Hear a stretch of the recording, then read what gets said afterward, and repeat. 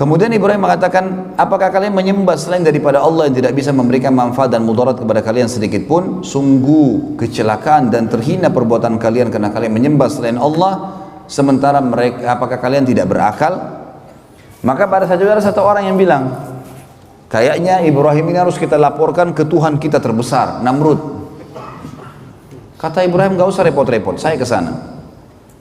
Pagi hari, waktu itu sudah pagi, Namrud ini punya tradisi teman-teman sekalian, setiap pagi dia selalu duduk, setelah rapi, habis mandi, bersih segala, ada tirai yang ditaruh antara dia dengan pengikutnya, lalu diangkat tirai tersebut, ternyata orang-orang begitu lihat dia sujud semua, lalu mengatakan, wahai Tuhan kami yang agung Namrud, gitu. Begitulah ceritanya. Maka pada saat itu teman-teman sekalian, Ibrahim AS masuk bersama bondong-bondong manusia, begitu tiba di dalam, semua orang diangkat tirai, semua orang sujud kepada Namrud kecuali Ibrahim AS. 40 tahun Namrud disujuti dan tidak pernah ada orang bangkang kecuali pada saat itu. Namrud tanya, siapa kamu ini? Kok bisanya kau tidak sujud dengan saya? Ibrahim AS utusan Allah. Dia nggak pakai ngomong, bukan mengatakan hai Raja Namrud, apalagi Tuhan Namrud gitu kan. Panggil namanya, hai Namrud. Belum pernah ada orang berani panggil Namrud begini gitu. Semua orang yang lagi sujud angkat kepalanya. Ini unik ini, tidak pernah ada orang begini. Dia mengatakan, wahai Namrud, dari mana kau ngaku Tuhan? Kamu manusia biasa seperti saya, seperti kami semua, punya dua mata, punya dua tangan, punya dua kaki. Kamu juga sama dengan kami, lahir dari bayi, anak-anak, remaja, tua. Seperti sekarang kau juga akan mati. Yang menghidupkan dan mematikan adalah Allah, Tuhanku dan Tuhanmu, dan Tuhan semuanya. Namrud waktu itu tidak mau kalah. Namrud mengatakan, baiklah Ibrahim, kalau kau ngaku Tuhanmu itu bisa menghidupkan matikan, saya juga bisa. Mau bukti? Kata Ibrahim, iya. Baik, tangkap, disuruh pengawalnya, tangkap dua orang laki-laki yang lewat depan istana. Ditangkap dua orang, yang satu disuruh pergi, dikasih hadiah macam-macam, pergilah. Kemudian yang satu disuruh bunuh, mati di tempat. Kata Namrud, lihat, saya menghidupkan dan saya mematikan. Ya. Ini kan kebodohan, karena orang yang disuruh pergi sudah hidup sebelumnya. Tapi akal-akalan dia mengatakan apa? Ini saya menghidupkan dan saya mematikan. Jibril alaihissalam datang menyampaikan kepada Ibrahim, ini orang ini percuma, diajak dialog di dunia, di bumi, dia akan terus cari akal, tantang di langit sekalian. Kata Ibrahim alaihissalam, wahai Namrud, Tuhanku dan Tuhanmu Allah, dan Tuhan segala satunya memindahkan matahari setiap hari dari timur ke barat, apa kau bisa? Maka terdiamlah Namrud, tidak bisa ngomong. Allah mengatakan, nanti kita bacakan ayatnya, fabuhital ladzi kafar, maka orang kafir itu jadi terdiam, tidak bisa bicara. Karena jengkel, dia bilang pada pengawal-pengawalnya, tangkap, penjarakan Ibrahim ini, penjarakan. Musyawarah, kira-kira apa jalan keluarnya? Saya mau bunuh Ibrahim, tapi saya nggak mau mati biasa, harus mati yang spektakuler, yang besar, yang membuat tidak ada lagi orang yang membantah ketuhanan saya. Musyawarah demi musyawarah sampai muncul akhirnya ide untuk membakar, karena bakar adalah cara membunuh yang paling menyakitkan. Dari pertama dibakar sampai mati kan tetap sakit gitu loh. Dibuatlah api dengan biaya yang besar. Namrud kerahkan semua kekuatan sampai terbuat api. Dalam sebuah riwayat Bukhari disebutkan, kalau burung lewat dan kena asap, uapnya asap itu walaupun tinggi, tiba-tiba sudah terpanggang karena besarnya gitu, api itu panas sekali, setinggi kurang lebih istana Namrud 40 siku ke langit. Ini sekitar 17 sampai 20 meter tingginya. Setelah itu Ibrahim AS dikeluarkan, lalu kemudian dibakar. Setelah dibakar, dilempar, Namrud mengatakan 3 hari biarkan Ibrahim dalam api, dibiarkan. Setelah 3 hari dipadamkan, ternyata Ibrahim AS ada di tengah-tengah tumpuhan mereka. Setelah itu Ibrahim AS ya, diselamatkan oleh Allah. Lalu Namrud pun pulang ke istananya, orang semua bubar dalam kondisi bingung, kok bisa Ibrahim, manusia mana nih, dibakar tidak mati, nggak mungkin gitu kan. Dan tersebar berita ternyata Tuhan kita Namrud tidak bisa membunuh Ibrahim karena Ibrahim dibela sama Tuhannya. Jadi Tuhan Ibrahim lebih kuat. Namrud pulang ke istananya, kemudian dia bingung, sambil mabuk-mabukan, gimana jalan keluarnya nih. Dan memang subhanallah, orang-orang kafir sering dikasih oleh Allah kesempatan untuk melakukan satu hal yang maksimal, tapi nanti akhirnya ya, Allah batalkan dengan hal yang kecil. Seperti Namrud sekarang sudah biayai berapa banyak mahalnya api tersebut, biayanya besar, kerahkan tenaga, dan tidak ada lagi cara membunuh yang lebih hebat daripada api yang besar. Sekarang kalau dibakar nggak mempan, kira-kira ditebas pedang mempan nggak? Atau dilempar batu, atau dipatahin tulangnya, udah nggak bisa, kena api aja nggak bisa buat apa-apa sama dia gitu. Maka Namrud pun besok paginya kedatangan diutus oleh Allah padanya seekor lalat, yang lalat itu masuk ke lubang hidungnya, gitu kan.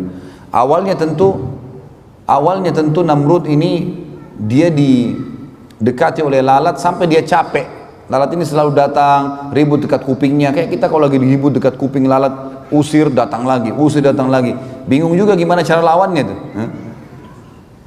Setiap Namrud mau ngamuk, lalatnya pergi, nanti kembali lagi. Sampai dia teriak-teriak prajuritnya, bunuh lalat ini, gak ada yang bisa lawan. Lalat mau dilawan dengan apa? Dengan 1000 otot. Dengan sebilah pedang yang tajam, gak ada yang bisa lawan lalat gitu. Dengan kuasa Allah, lalatnya datang ribut dekat kupingnya, pergi lagi. Sampainya Namrud dari pagi sampai malam, kecapean dia. Kena capek dia duduk di singgasananya. Waktu dia duduk, dia mau ngantuk, mau tertidur, lalatnya masuk di lubang hidungnya. Terus sampai ke otaknya, 3 hari nggak keluar-keluar, dipukul-pukul, dia teriak-teriak, nggak bisa apa-apa. Zaman sekarang mungkin masih bisa orang pakai operasi, zaman dulu nggak ada operasi, salah belah mati kan gitu. Dan ini Tuhan mereka. Akhirnya setelah 3 hari nggak makan, nggak minum, nggak buang air besar, nggak buang air kecil, mati Namrud. Begitu dia jatuh, istri anaknya semua, dayang-dayangnya semuanya, perdana menteri, penasihatnya, orang-orang yang dekat dengan dia, yang ngakuin dia sebagai Tuhan, ini selalu sujud tiap hari, itu lihat sendiri lalat keluar dari hidung Namrud, dan tersebar berita Namrud Tuhan kita dibunuh oleh lalat. Allah mengatakan dalam Al-Quran, lanjutan tadi ayatnya ya, kata mereka, qalu harrikuhu wansuru alihatakum in kuntum fa'ilin. Teman-teman tahu kalau pegang Quran dilihat ayat-ayat ini ya, karena ini ayat bersambung. Maka mereka berkata, bakarlah dia dan tolonglah Tuhan-Tuhan kalian, karena dia sudah rusak tadi tempat ibadah kita, dihancurin Tuhan-Tuhan kita, maka bakar si Ibrahim ini. Qulna ya naru kuni bardan wa salaman ala Ibrahim. Lalu Allah berfirman kepada api, hai api, jadikan dirimu dingin dan keselamatan bagi Ibrahim. Wa aradu bihi kaidan faja'alnahumul akhsarin. Mereka berusaha untuk menyiksa Ibrahim, maka kami jadikan mereka yang rugi semua, biayanya, hidupnya, segala ya, hancur semua keyakinan mereka tentunya. Jadi sampai ayat ini adalah kejadian tentang masalah Ibrahim alaihissalam tadi.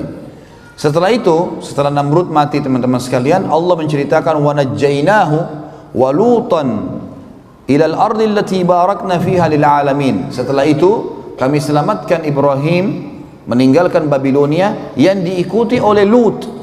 Siapa Lut ini? Keponakannya Ibrahim alaihissalam, anak dari saudarinya Ibrahim alaihissalam, ponakan beliau. Dan Lut ini adalah orang yang pertama beriman kepada Ibrahim alaihissalam. Makanya Allah mengatakan dalam ayat lain, fa'amana bihi Lut. Lut beriman kepadanya. Dan Lut juga nanti diutus jadi nabi, yang kita tahu ada kaumnya homoseksual nantinya. Tapi itu kisah yang nanti lain lagi, kisah Nabi Lut alaihissalam. Tapi di sini diceritakan tentang dan kami selamatkan Ibrahim bersama Lut ya, ke negara yang kami ke negeri yang kami berkahi untuk seluruh alam semesta, maksudnya Palestina. Dan ini ada teman-teman kalau nonton di YouTube ada ceramah saya tentang Palestina yang terlupakan. Tablik Akbar di Bandung pada saat itu panjang lebar saya ceritakan tentang fadilah Palestina, fadilah Masjid Aqsa, bagaimana saya motivasi kaum muslimin untuk berusaha untuk bisa umroh menuju ke sana. Dan jangan terpengaruh dengan informasi yang menganggap sekarang lagi tidak aman, lagi tidak begini sehingga tidak datang. Pada saat saya bimbing umroh ke sana, subhanallah, orang-orang Palestina pada pelukin tuh. Saya kenalan, kalau dia tahu dari Indonesia dipeluk sama mereka. Dia bilang kedatangan kamu ke sini sudah cukup buat kami. Sudah cukup. Artinya ini motivasi yang luar biasa. Dan orang-orang Yahudi memang tidak mau kita datang ke sana. Karena kalau antum datang, antum memberikan motivasi, walaupun misalnya tidak bisa membantu secara harta dan seterusnya, karena kita cuma bawa dana secukupnya. Walaupun memang sumbangan-sumbangan saya bawa dari Indonesia, kemudian kita letakkan langsung di Masjid Aqsa atau Imam Masjid Aqsa yang diberikan. Tapi itu yang terjadi. Tapi ada di situ berkah, memang luar biasa negeri itu. Enak, sejuk, semua buah-buahan ada, macam-macam. Negeri itu luar biasa. Ternyata Palestina itu negeri yang banyak gunung-gunung dan memang dingin, subur sekali, subur. Seperti Allah katakan dalam ayat ini, allati barakna fiha lil alamin. Kami berkahi itu untuk semua alam semesta. Artinya kalau orang datang tinggal sana akan tentram, akan hidup. Karena ditanam apapun, negeri Syam terkenal, ditanam apapun maka akan tumbuh, gitu kan? Tumbuh buah-buahan. Sampai dikatakan pernah ada jalanan pecah, ya, jalan raya pecah, retak jalannya, kemudian tumbuh pohon apel, gitu kan? Saking suburnya negeri itu. Wa wahabna lahu Ishaqa wa Yaquba nafilah wa kullan ja'alna minas salihin. Lalu kami karuniakan untuknya Ishak dan Yakub sebagai hadiah buat dari kami, kata Allah, dan semuanya kami jadikan orang-orang soleh. Nanti akan kita jelaskan tentang kisah bagaimana ibunya Ishak alaihissalam, Sarah, mandul beberapa tahun tidak punya anak. Nanti akan kita ceritakan sebentar, tapi ini terlintas dalam ayat ini disebutkan namanya. Maka Allah karuniahi Ibrahim alaihissalam, ya, anak-anak, dan semua Allah jadikan orang-orang saleh. وَجَعَلْنَاهُمْ أَئِمَّةً يَهْدُونَ بِأَمْرِنَا وَأَوْحَيْنَا إِلَيْهِمْ فِعْلَ الْخَيْرَاتِ وَإِقَامَ الصَّلَاةِ وَإِيتَاءَ الزَّكَاةِ وَكَانُوا لَنَا عَابِدِينَ. Dan kami jadikan juga mereka ini keturunannya Ibrahim semuanya imam-imam, maksudnya pemimpin yang akhirnya manusia mendapatkan petunjuk dari mereka, dan mereka menjalankan perintah-perintah dari sisi kami, serta kami wahyukan kepada mereka agar selalu melakukan perbuatan-perbuatan baik. Kata ulama tafsir, semua keturunan Ibrahim alaihissalam yang secara langsung, Ishak, Ismail, Yakub, kemudian turun Yusuf, ya, Musa, Daud, Sulaiman, Yunus, Ayub, ya, ini semua Musa, Isa alaihi wassalam dikenal dengan turunan barisan, dan terakhir Nabi Muhammad SAW dari Ismail. Semua ini adalah orang-orang yang saleh dan jadi pemimpin. Wa kanu lana, dan mereka selalu sholat, berlomba-lomba dalam kebaikan, dan dengan sholat menunaikan zakat, dan wa kanu lana abidin, dan mereka selalu menyembah kami. Tapi saksi bahasan kita masih bicara tentang proses Ibrahim alaihissalam tadi pada saat beliau tadi berdakwah di Babilonia. Baik, Ibrahim alaihissalam akhirnya meninggalkan Babilonia, teman-teman sekalian, dalam kondisi pada saat itu sudah menikah dengan Sarah, dan Sarah alaihissalam tidak punya anak, karena beliau mandul. Hijrahlah Ibrahim alaihissalam ke Palestina. Babilonia ditinggalkan, hijrah ke Palestina, gitu kan. Tinggal di Palestina, dan ini menandakan Palestina masuk dalam lokasi dakwah beliau alaihissalatu wassalam. Dan kita perlu tahu, teman-teman sekalian, semua nabi-nabi sebelum baginda Nabi SAW, sebelum Nabi Muhammad SAW, diutus untuk wilayah-wilayah tertentu dan kaum tertentu saja. Ibrahim AS punya 3 lokasi. Babilonia yang akhirnya ditinggalkan karena sudah selesai masalah Namrud tidak mau beriman, dan kaumnya pun banyak yang kufur. Kemudian Allah suruh hijrah ke Palestina. Kemudian di Palestina lah banyak orang yang mengikuti risalah Nabi Ibrahim AS, dan kita tahu ada pembangunan Masjid Aqsa di situ. Kemudian dan dibangun oleh Ibrahim AS. Kemudian beliau disuruh ke Mekah. Nanti akan kita jelaskan kisah panjang lebar munculnya kota Mekah. Dan ini juga adalah lokasi dakwah Ibrahim alaihi salatu wassalam. Kita masuk sedikit di kisah rumah tangga Ibrahim alaihissalam. Beliau memiliki istri Sarah, dan setelah menikah cukup lama, kemudian juga bertahun-tahun, ya, disebutkan dalam riwayat sampai umur Sarah mencapai 60 tahun belum punya anak. Ringkas cerita, pada saat Ibrahim alaihissalam pergi ke Palestina, hijrah dari Babilonia, beliau satu hari ingin masuk ke Mesir, dan Palestina sama Mesir dekat sekali, ya, kalau kita lihat di peta, cuma dipisahkan, ada daratan kecil tapi dipisahkan dengan Laut Merah, ya, dipisahkan dengan Laut Merah. Dari Laut Merah ini bisa orang nyebrang langsung ke Palestina. Dan sampai sekarang kalau teman-teman ke Jordan, kalau umroh plus Aqsa biasanya mampir di Jordan. Di Jordan itu ada satu tepi di Laut Merah, di ujung Laut Merah itu ada 4 negara bertetangga: Palestina, Mesir, kemudian Yordania, dan Saudi. 4 negara berdekatan karena di pojok dari Laut Merah itu. Ibrahim alaihissalam pergi ke sana, dan waktu itu di Mesir ada raja zalim. Kezaliman raja ini apa, teman-teman sekalian? Dia suka mengambil istrinya orang. Penyakit. Dia anggap kalau ada perempuan dinikahi oleh seorang laki-laki, pasti perempuan ini punya kelebihan. Diambil sama dia. Dan diambil ini memang diambil jadi selir, dirampas dari suaminya. Sarah alaihissalam wanita terkenal dengan kecantikannya, sampai sebagian ahli sejarah mengatakan, dinukil dalam beberapa athar, di antara wanita yang sempurna secara fisik adalah Hawa, ibu kita, kemudian Sarah, istri Ibrahim alaihissalam, Asia, istri Fir'aun, Khadijah, Fatimah, istri Nabi SAW dan anak Nabi SAW, gitu kan? Itu tersebutkan memang, gitu. Yang jelas Sarah ini punya kelebihan fisik yang luar biasa, Sehingga laki-laki kalau melihatnya itu pasti sepakat mengatakan orang ini cantik, seperti itulah. Sebelum masuk ke Mesir, kata Ibrahim AS kepada Sarah, di dalam negeri ini ada orang zalim.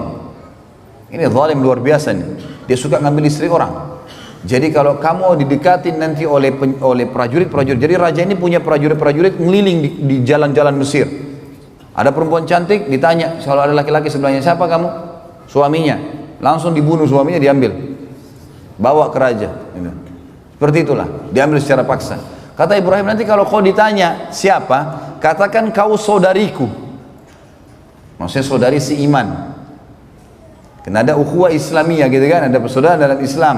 Islam ini agama yang satu, dari Adam alaihissalam sampai Nabi Muhammad alaihissalam, semua agama satu, Islam, tidak ada agama lain.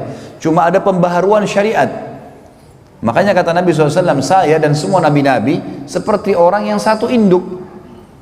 Satu induk, sama, cuma perbedaan hukum halal haramnya yang berbeda. Tidak boleh dipungkiri salah satunya. Kalau kita sekarang ada yang mengatakan Musa bukan nabi, kafir. Atau Isa bukan nabi, kafir. Nggak boleh, semua harus kita yakini. La nufarriqu baina ahadin min rusuli. Kita tidak beda-bedakan di antara para nabi-nabi dan rasul, tapi risalah yang diterapkan adalah, hukum yang diterapkan adalah yang dibawa oleh nabi terakhir alaihi salatu wassalam, Nabi Muhammad sallallahu alaihi wasallam. Yang jelas teman-teman sekalian, kata Sarah, baiklah. Begitu masuk di Mesir, dengan hikmah Allah, ternyata orang Mesir, prajurit Mesir Raja Salim ini lihat Sarah. Begitu dia langsung didatangin. Pertanyaan pertama ditanya, siapa kamu? Ibrahim mengatakan, saya saudaranya. Tanya Sarah, siapa kamu? Saya saudarinya. Tapi karena cantiknya Sarah, dia nggak peduli lagi. Mau suami, mau bukan, pokoknya ambil. Tangkap nih orang. Ini yang disuka sama raja nih. Dibawa. Ibrahim AS tidak boleh ikut, ditahan. Bawalah Sarah AS masuk ke istana raja. Begitu lihat rajanya langsung nafsu, mau mendekati. Sarah AS berdoa kepada Allah, ya Allah, ambil alih orang ini. Gitu. Jangan sampai coreng kehormatan, karena ini raja, gak ada yang bisa lawan dia kecuali dengan kuasa ilahi. Tiba-tiba tangan kanannya raja ini stroke, gak bisa bergerak. Waktu dia mau jama, gak bisa bergerak tangannya. Kata raja itu, apa yang kau lakukan dengan saya? Kata Sarah, saya berdoa pada Tuhan saya untuk menyelamatkan dari keburukanmu. Dia bilang, kalau gitu berdoa sama Tuhanmu, minta supaya saya disembuhin, saya tidak akan ganggu kamu. Sarah alaihissalam berdoa, ya Allah, sembuhkan orang ini. Sembuh tiba-tiba tangannya. Tadinya nggak bisa bergerak, dia sudah mau jama berhenti, kayak matung tangannya gitu. Tiba-tiba sembuh. Dia nggak percaya nih, dia kan tidak beriman sama Allah. Ini penyembah patung ini, orang ini. Kayaknya mungkin ini sihir kali, mainan. Dia mau jama lagi. Sarah alaihissalam yang kedua berdoa, dua-dua tangannya stroke, raja itu tidak bisa bergerak.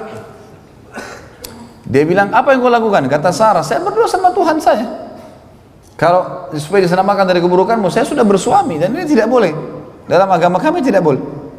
Baik, minta sama Tuhanmu agar saya disembuhin. Tangannya dua-dua diam, nggak bisa, kaku. Sembuhin, saya tidak akan ganggu kamu. Sarah alaihissalam depan dia berdoa, ya Allah, sembuhkan orang ini. Sembuh tiba-tiba tangannya. Ternyata masih belum puas nih, mau lagi jama Sarah. Sarah alaihissalam berdoa yang ketiga kali. Tiba-tiba stroke semua badannya kecuali mukanya. Semua nggak bisa bergerak, takut sekujur tubuhnya gitu kan. Lalu dia sudah tahu. Dia bilang, mintalah sama Tuhanmu supaya saya disembuhkan dan saya tidak akan ganggu kamu serta semua ini penasihat saya, dayang-dayang saya semua jadi saksi. Saya tidak akan ganggu kamu. Kata Sarah, baiklah, ya Allah, sembuhin dia. Sembuh tiba-tiba. Apa kata raja ini dengan ketakutan? Keluarkan perempuan ini dari istana saya, karena yang kalian bawa jin bukan manusia.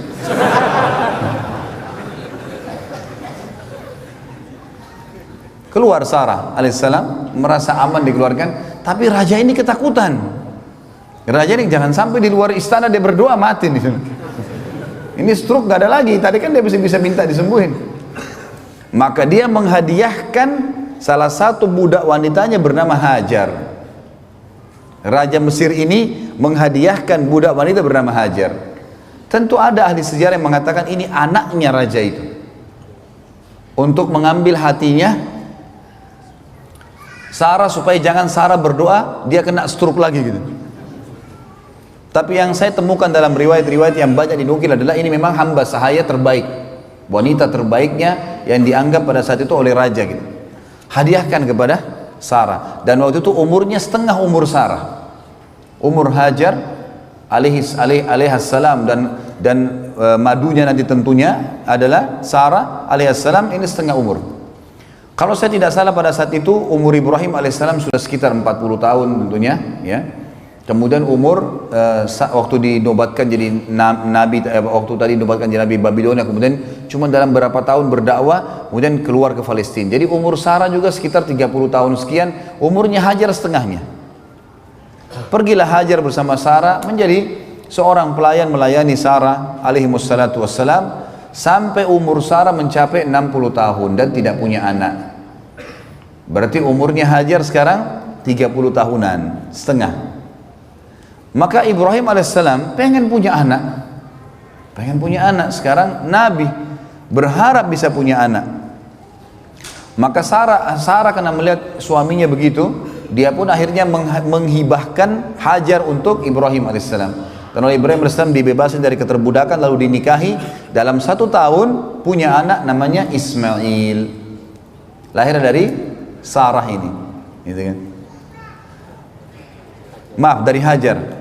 Makanya waktu Amr bin As radhiyallahu anhu di tahun 20 Hijriah di zaman khilafah Umar bin Khattab mau masuk ke Mesir, kata Amr bin As dalam suratnya untuk Raja Mesir, kami mengajak kalian masuk Islam, diterangkanlah Islam panjang lebar, dan kami mengajak kalian untuk melanjutkan hubungan silaturahim kalian dengan Nabi kami. Kata orang-orang Mesir, apa hubungannya kalian dengan kami? Kami suku Kipti asli Mesir dan kalian orang Arab dari Jazirah Arab, nggak ada hubungannya. Kata Amr bin As, kakek Nabi kami bernama Ibrahim, istrinya Hajar dari Mesir. Dan juga Nabi Muhammad SAW memiliki salah satu wanita di bawah naungan beliau, Maria Qibtiyah radhiyallahu anha, adalah orang Mesir. Kakeknya menikah dengan orang Mesir. Nabi kami juga salah satu pasangan hidupnya adalah orang Mesir. Kembali ke kisah tadi, menikahlah Ibrahim alaihissalam dengan Hajar, kemudian memiliki anak yang diberi nama Ismail. Jadi Ismail alaihissalam lebih besar ya, sekitar 2 tahun atau 3 tahun selisih dengan Ishak alaihi wassalatu wassalam. Baik, berjalan waktu, Sarah alaihissalam wanita, dia lihat Hajar bisa memberikan anak untuk suaminya, dia juga ingin punya anak, tapi umurnya sudah 60 tahun. Berdoa kepada Allah, ya Allah mudahinlah anak untuk Ibrahim dari saya. Allah subhanahu wa ta'ala menerima doanya Hajar, doanya Sarah. Di umur 60 tahun sekian itu hamil. Awal berita sampainya hamilnya Sarah ini, karena ini kejadian besar. Ini hampir sama kejadian dengan istrinya Nabi Zakaria yang sudah 60 tahun mandul, tidak punya anak. Dijelaskan dalam surah Maryam, gitu kan? Yang jelas teman-teman sekalian, malaikat datang, dan waktu itu malaikat datang 2 orang diutus ke rumahnya Ibrahim alaihissalam di Palestina. 2 malaikat ini diutus untuk 2 hal yang penting. Yang pertama, menyampaikan berita gembira kalau Sarah akan hamil dan akan lahir Ishak menjadi nabi nanti. Yang kedua adalah mereka datang untuk menghancurkan kaum Lut.